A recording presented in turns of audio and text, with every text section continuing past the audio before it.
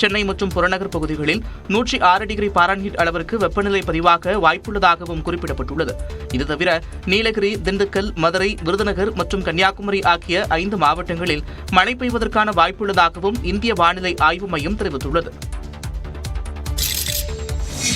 சென்னையில் அடுத்த 2 மாதங்களுக்கு வெப்பநிலை அதிகரித்து காணப்படும் என்று தனியார் வானிலை ஆய்வாளர் ஸ்ரீகாந்த் கருத்து தெரிவித்துள்ளார்.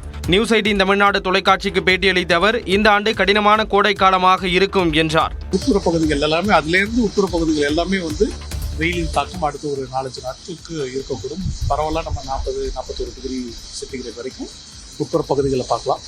குறிப்பிட்டு சொல்லணும்னா வேலூர், திருப்பத்தூர், ராணிப்பேட் அந்த மாவட்டங்கள், வட உட்புற தமிழகம், மேற்கு தமிழக பகுதிகள் கரூர், திருச்சி, நாமக்கல் மற்றும் சேலம், ஈரோடு மாவட்டங்களில் நம்ம வெப்பத்தின் தாக்கம் அதிகமாக எதிர்பார்க்கலாம். தற்போதைய சூழலில் பார்த்தீங்கன்னா இந்த கடல் காற்று கொஞ்சம் வலுவில்லாமலே தான் இருக்கும் வரக்கூடிய நாட்கள். அதனால சென்னையை பொறுத்த வரைக்கும் இந்த உணரக்கூடிய வெப்பநிலைங்கிறது நம்ம அடுத்து ஒரு 45 நாள் 2 மாசத்துக்கு இந்த மாதிரி தான் இருக்கும். இதனிடையே சில பகுதிகளில் கோடை மழைக்கு வாய்ப்புள்ளதாகவும் தனியார் வானிலை ஆய்வாளர் ஸ்ரீகாந்த் தெரிவித்துள்ளார். அவர் தனது எக்ஸ் பதிவில் தமிழ்நாட்டின் பேரணாம்பட்டு உள்ளிட்ட இடங்களில் மழை பெய்துள்ளதாகவும் இது தொடர வாய்ப்பு இருப்பதாகவும் கூறியுள்ளார். பிற்பகல் மற்றும் மாலை வேளைகளில் கோடை மழை பெய்யும் என்றும் அடுத்த 2 அல்லது 3 நாட்களில் வெயிலின் தாக்கம் குறைய வாய்ப்புள்ளதாகவும் தெரிவித்துள்ளார்.